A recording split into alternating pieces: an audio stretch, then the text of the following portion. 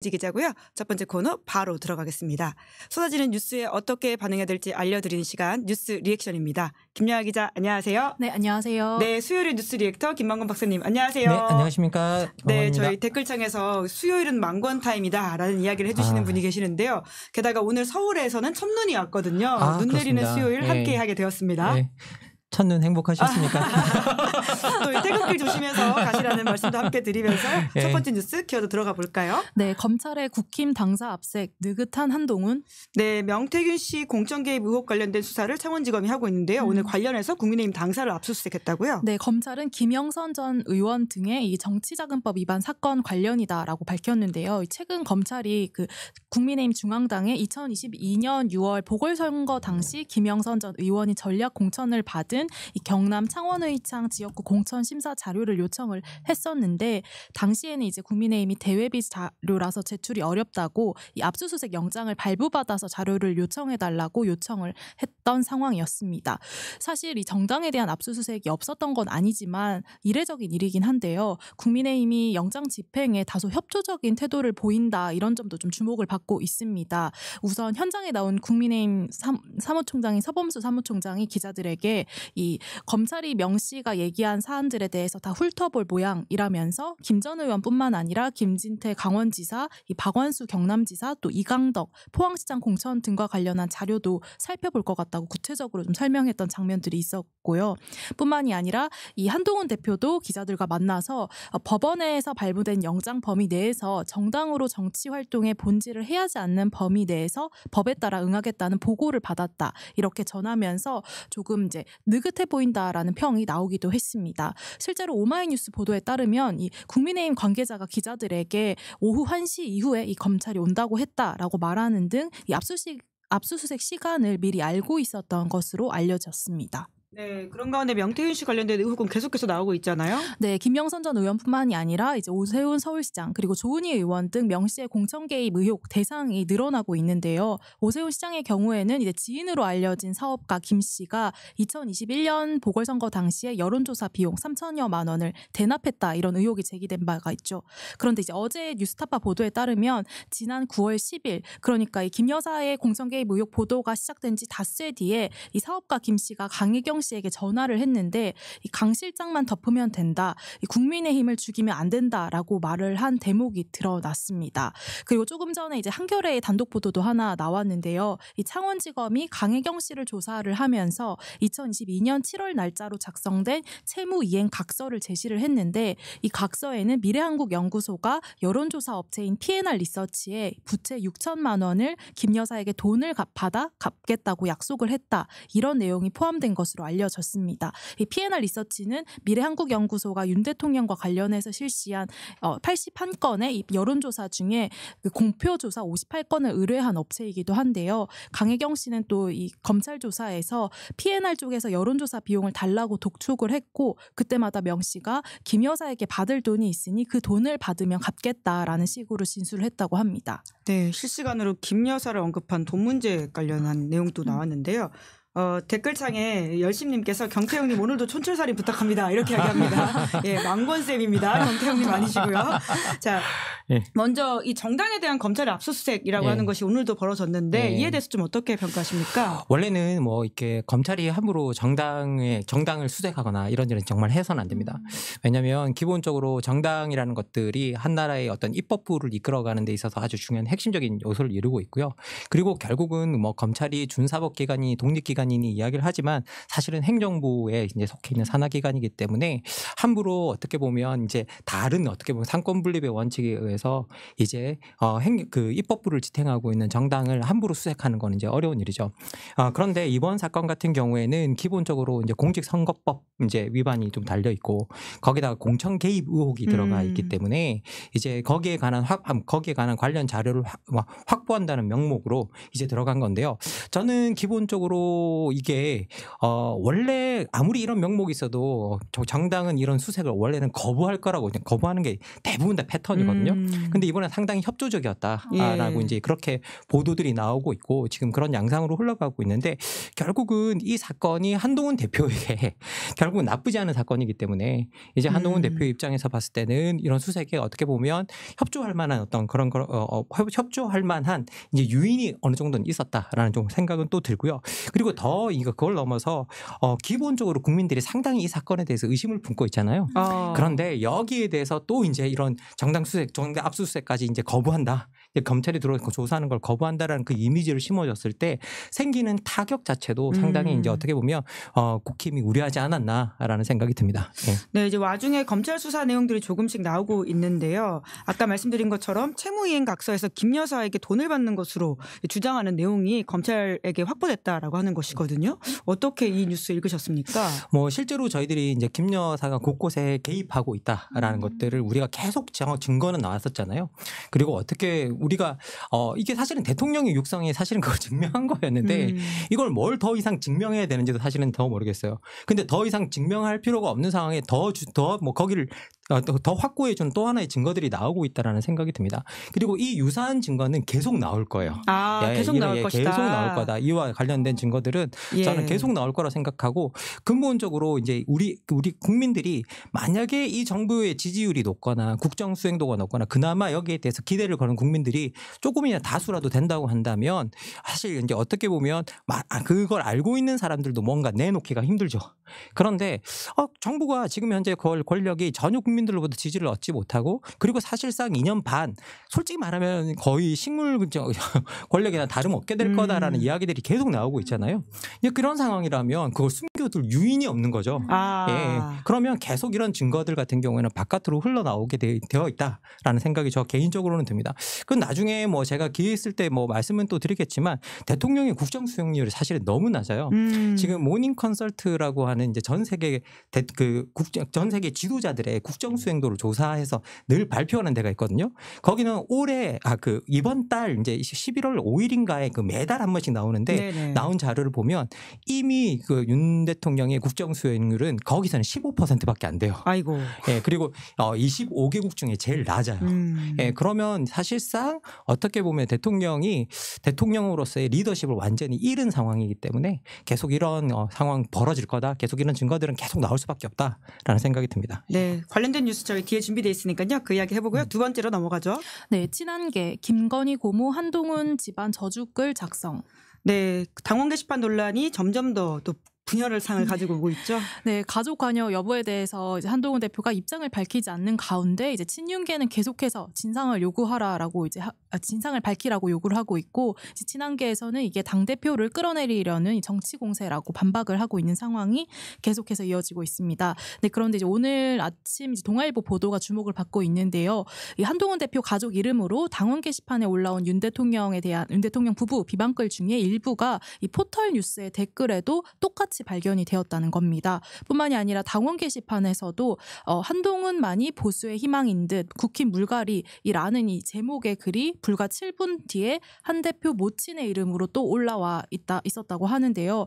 이런 사례들이 좀 몇 가지가 있는데 그러니까 누군가가 이제 명의를 가지고 의도적으로 좀 글을 반복해 올린 정황이 아니냐 이런 의혹이 제기가 되고 있습니다. 관련해서 이제 친한계로 분류되는 주진우 의원은 김태현의 정치쇼에 출연을 해서 이 글들은 20대 임모 씨라는 다른 당원이고 또 다른 나이대의 한동훈이라는 또 다른 당원이고 한동훈 대표의 가족과는 전혀 무관하게 밝혀진 상황이다라고 해명을 했습니다. 그런데 오늘 이것과 또 별개로 친한계에서 약간 이제 반격하는 모양새를 갖추는 모습인데요. 이 한동훈 대표 측근인 신지호 전략기획부총장이 채널A 정치 시그널에 출연해서 한 대표와 가족들이 대통령 부부를 비난하는 글을 썼다라고 주장을 하는데 반대의 경우도 엄청나게 많다라고 하면서 김건희 여사 고모라는 분이 페이스북에 한동훈 집안에 대해 벼락 맞아 XX할 집안이라는 표현을 썼다라고 말을 했습니다. 신 부총장이 김 여사의 고모로 지목한 김모 씨의 SNS에 실제로 이제 한 대표에 대한 어떤 원색적인 비난과 욕설글이 좀 여러 차례 올라와 있는데요. 신 부총장은 용산의 고위 관계자나 당 소속 의원들이 기자들과 통화를 할 때도 한 대표에 대해서 입에 담기 힘든 욕설을 하는 경우도 있다. 저희 귀에 다 들어온다라고 하면서 이게 정치 공작이라고 이야기를 했습니다. 네. 도통 이게 무슨 상황일까 지켜보는 입장에서는 라는 생각이 드는데요. 양쪽 모두 그런 댓글과 관련한 의혹을 제기하고 있는 거지 않습니까? 죄송합니다. 제가 너무 크게 웃어가지고. 참 한나라의 그 여당에서 벌어지고 있는 일이라고 보기에는 너무 좀 한심한 상황이다. 좀 안타까운 상황이라는 생각이 들고요. 그리고 전 이 모든 사태의 근본 원인은 한동훈 대표가 명확하게 입장을 밝히지 않고 있기 때문이다라는 생각이 좀 듭니다. 정치인들은 어떤 논란이 하나 일어나면 그 논란과 관련해서 명확히 자신의 입장을 이제 밝혀서 정리해줘 알려줄 필요가 있습니다. 그러면서 그 논란을 어느 정도 정리해줄 필요가 있는 거죠. 그래서 사회적 비용을 그렇게 해서 줄여주는 겁니다. 그 생각해 보면 그 논란 때문에 엄청나게 사회적으로 비용이 나가거든요. 그래서 논란을 정리해줘서 사회적 비용을 줄여주는 역할을 하는 게 정치인이잖아요. 맨날 비용 따지시잖아요, 정치인들.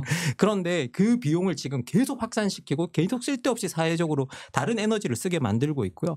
그리고 이제 저도 이제 깜짝 놀랐는데 뭐 앞에 한 말로 가름하겠다라는 식의 저번 그런 것도 이제 보면 앞에 한 말이 없으시더라고요. 제가 앞뒤로 다 찾아봤어요. 내가 잘못 들었나? 앞에 무슨 말이 없었던 것 같은데 저런 말을 할 리가 없는데 하고 찾아보니까 앞뒤 진짜 아무 말이 없으시더라고요. 그러니까 이게 생각해 보면 그 한동훈 대표가 입장을 명확하게 밝혀주셔야 된다. 이거는 어떻게 보면 정치인의 의무다라는 거. 그래서 그걸 안 하려고 지금 그 런동훈이라는 이상한 짤까지 찍혀가지고 지금 정말 굴욕적인 어떤 영상까지 박제되는 이제 지금 일들이 지금 일어나고 있지 않습니까? 이건 한 정치인의 입장에서 보면 그 이미지에 엄청나게 큰 타격을 입는 거거든요. 그래서 이건 자신에게도 큰 비용이 되고 있다라는 거. 그래서 사회적으로나 자신에게서나 어떤 그런 비용을 줄여주는 역할을 좀 했으면 좋겠다라는 생각이 드는데요.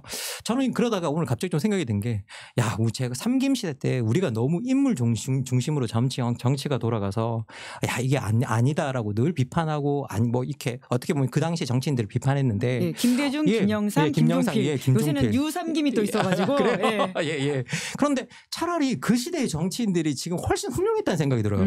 왜냐하면 그때는 논란이 생기면 명확하게 자기 입장을 밝히고 책임지고 그리고 논쟁하고 싸우고 그리고 딱 정리하고 사과할 게 되면 딱 사과하고 이런 것들이 좀 됐거든요. 그게. 그런데 전혀 지금은 그런 것들이 되고 있지 않아서 어떻게 보면 정치가 오히려 퇴행한 게 아닌가. 정치인의 자질을 들여다본다면 정치인이라고 할 만한 사람이 자질을 가진 사람들이 지금 별로 없지 않나라는 생각이 드는데 그건 뭐냐라고 하면 정치에서 꾸준히 밟아온 사람들이 정치 핵심을 차지하지 못하고 다른 영역에서 정치적 트레이닝 없이 들어온 사람들이 그 일을 하고 있기 때문에 이런 일이 일어난다라는 거. 그래서 국민 여러분들도 항상 대표자를 선택하실 때 정치에서 얼마나 훈련된 사람인가를 좀 꼭 봐주셨으면 좋겠다라고 이제 말씀드리고 싶습니다. 정치 철학자시니까 그럼 이런 질문 좀 제가 드리고 싶은데 그러니까 이런 어떤 혼란이 커지는 것에 대한 비용을 지금 한동훈 대표가 지고 있지 않다라고 비판하셨는데 한 대표 입장에서는 본인이 당리민주주의나 표현의 자유를 지키기 위해서 익명성 보장의 가치가 더 크다 이렇게 주장을 하고 있거든요. 그런 건 어떻게 보세요? 이거는 이제 익명성이나 표현의 자유나 이런 것들 우리가 지키지 말자라는 게 아닙니다. 이 부분에 대해서 표현의 자유, 뭐 익명성 이런 부분이 이런 부분이 확실히 저는 뭐 있다고 생각이 드는데 그럼에도 불구하고 이 부분 같은 경우에는 자신의 가족과 연관된 부분입니다. 그리고 이런 것들이 근본적으로 여론 조작에 가까운 일이기 때문입니다. 표현의 자유는 뭔가를 조작하라고 있는 게 아닙니다. 그렇기 때문에 뭔가 그것이 잘못되었다고 생각한다면 그 부분에 대해서 우리가 책임을 질 부분이 있는데 그것이 반드시 법적으로 책임질 일이 아니더라도 도덕적으로 책임질 일이라도 져야 하고 그리고 한 대표 같은 경우에는 한 대표가 한 여당의 정당의 대표이고 그리고 그 여당의 정당의 대표의 가족들이 벌였다라는 일이 만약 가족들이 그 의혹이라고 한다는 점에서 그것들을 명확하게 밝혀주고 해소해 줄 필요가 있는 거죠. 그리고 계속 말씀드리지만 한 대표가 언제부터 그렇게 그걸 좋아하셨는지 잘 모르겠습니다. 여러 가지 지점에서 또 정치 철학자의 코멘트가 굉장히 실효적이지 않을까라는 생각이 듭니다. 세 번째 뉴스 넘어가 볼까요? 네, 동해가스전 TF 밤낮 없이 뛰고 있어. 네, 윤석열 정부가 임기 발안점 넘어가면서 식물정부 되어가고 있다. 이렇게 조선일보, 동아일보가 보도했더니 네. 반박 자료를 낸 거죠? 네, 조선일보가 지난 19일에 공무원들이 이제 주요 부서 파견을 기피하면서 복지부동하고 있다라는 보도를 한 데 이어서 동아일보도 관련 기획 기사를 어제부터 싣고 있는데요. 동아일보 보도에 따르면 산자부 공무원들이 이제 그 동해가스전 개발 부서로 가게 될까봐 전전긍긍하고 있고 또 의료학, 연금, 노동, 교육 등 이제 윤석열 정부가 얘기했던 4대 개혁에 있어서도 핵심 정책들이 주춤하고 있다라고 보도를 했습니다. 그러면서 이 정책이 바뀌면은 문책당할 수 있다 이런 우려가 더해지면서 임기 3년 차에 정권말을 떠올리게 하는 모습들이 나타나고 있다라고 보도를 하면서 여러 공무원들의 익명 인터뷰를 실었는데요. 네, 그런데 이제 오늘 기획재정부와 산자부, 보건복지부, 교육부가 이제 공동으로 보도 설명 자료를 내고 제하의 보도는 사실이 아니라고 하면서 국민의 봉사자로 사력을 다하는 공직사회를 폄훼하는 것이다 이렇게 반박을 했습니다. 그러면서 동해심해가스전 TF의 경우 6월 5일 구성된 뒤에 국익을 위해 밤낮 없이 뛰고 있고 또 과거 정부가 정치적 계산만으로 손을 놓았던 힘든 개혁의 목표를 위해 발로 뛰고 있다 이렇게 설명을 하기도 했는데요. 소임을 다하는 공무원들의 사기를 꺾는 보도를 자제해 주시기를 부탁한다 이렇게 덧붙였습니다. 네, 기획재정부, 산자부, 보건복지부, 교육부가 공동으로 내는 보도자료라고 하는 것도 굉장히 좀 이례적인 상황이라는 생각이 드는데요. 해당 보도자료 어떻게 좀 보셨습니까? 참 이게 정부가 2년 반밖에 안 지났는데 정부에서 아주 중요한 부서들이 공동으로 우리 일하고 있어요라는 성명을 내는 아주 기이한 사태가 이제 일어났는데 이게 기이한 사태입니다. 기이한 사태. 그런데 이 기이한 사태가 왜 일어났느냐라고 하면 그건 전적으로 대통령 지지율 때문입니다. 기본적으로 그렇습니다. 왜냐하면 저희들이 대통령 지지율은 정말 공무원들의 입장에서 봤을 때는 정말 중요합니다. 왜? 국민들의 지지를 얼마나 받는 대통령인가에 따라 그 대통령이 하고자 하는 업무를 수행하는 어떤 지지하는 부분이 달라지겠죠. 그리고 더 나아가서 대통령 지지도가 지금 대통령이 높다라는 건 뭐냐면 다음 권력이 이어질 가능성이 되게 높다라는 뜻입니다. 그래서 안정성이 지금 당장 뭘 한다고 해서 장기적으로 어느 정도는 조금은 보장이 된다라는 거죠. 그런데 대통령의 지지도가 낮다라는 건 뭐냐라고 하면 일단 정권 교체 가능성이 높다. 라는 거. 예. 그리고 대통령의 지지도가 낮다라는 건 뭐냐라고 하면 생각해보면 국민들이 지지하지 않는 대통령인데 그 사람이 하고 싶은 일이 있는데 내가 그 일을 해서 책임을 져야 되는 상황에 간다 그러면 이 공무원들은 누구도 원치 않는 일이거든요. 생각해보면 제가 계속 여러분께 이제 그 대통령 지지율이 중요하다고 말씀드리는데 그럼 대통령 지지율이 얼마나 돼야 되냐 이렇게 물어보시는 분도 계신데요. 실제로 대통령 지지율은 50%가 넘어가면 아주 좋은 지지율입니다. 그리고 저희들이 한 40% 때 되면 좋은 지지율이다라고 이제 이야기를 하고 있고요. 이건 제가 그냥 막연히 말씀드리는 게 아니라 전 세계적으로 지지율의 트렌드를 볼 때 그렇다라는 겁니다. 그리고 이제 30% 들어가면 지지율이 별로 좋지 않다라고 이야기를 하고 20%에 들어가면 사실은 국정 수행이 불가능하다라고 이제 보는 지지율인데요. 지금 우리는 이미 10%대도 들어갔다가 왔다가 하고 있고 20대 초반을 왔다 갔다 하고 있는데 마치 근데 우리나라는 너무 기이한 게 너무 기대 수준이 낮아서 20%도 마치 뭔가 수행할 수 있는 것 같은 느낌이 듭니다. 근데 여러분 생각해 보세요. 5명 중에 1명밖에 하지 않는다라는 뜻이면 사람들이 마주 앉으면 지지하는 사람이 할 말이 없는 상황입니다. 누구도 거기서 말을 제대로 못 꺼내요. 생각해 보면.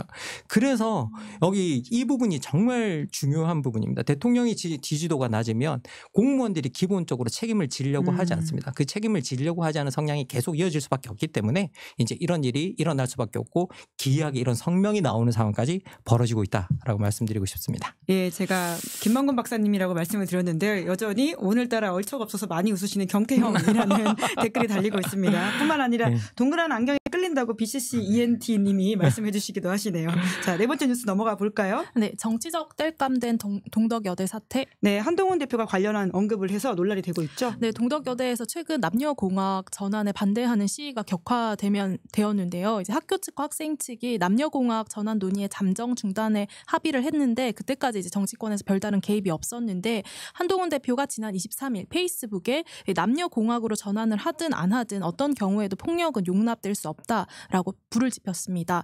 이에 민주당의 진성준 정책위의장이 한 대표의 발언에 대해서 이 젠더 갈등과 세대 갈등을 부추기고 반사 이익을 얻으려는 정치적 계산 따위는 집어치우라 이렇게 지적을 했는데요. 이번 사태는 이제 대학 당국의 비민주성에서 기인을 한 것이지 학생들만 비난을 하는 게 온당하지 않다라는 지적입니다.